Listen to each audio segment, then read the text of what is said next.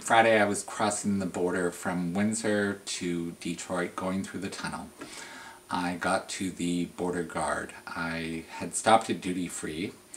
At the time I got to the border guard, my husband had texted me, which came through on my Bluetooth, and they then asked me what I had bought at duty free. I told them a box of cigars for my husband and a bottle of vodka.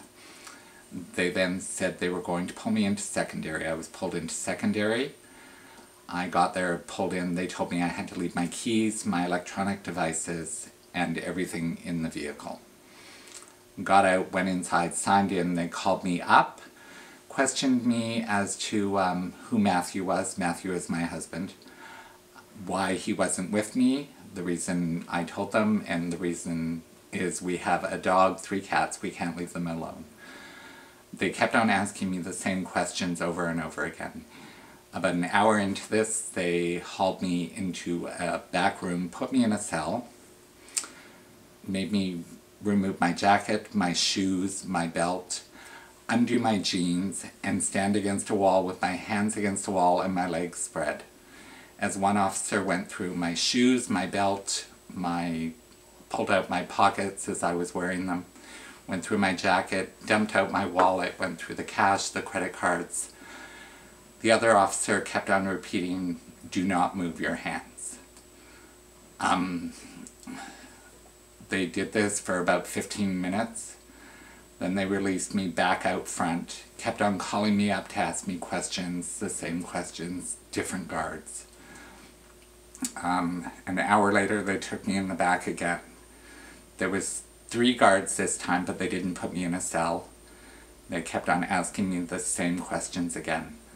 I told them at this time I feel I'm being profiled because I'm gay. They didn't answer me, wouldn't say a word. Half an hour later they took me back out front and they handed me a piece of paper saying, their standard piece of paper saying that they were allowed to go through my stuff. Then they called me up and they said, "We are refusing your entry into the United States today." They walked me out to my Jeep. The hood was open, the doors were open, the windows were open, the back door was open. My console had been dumped.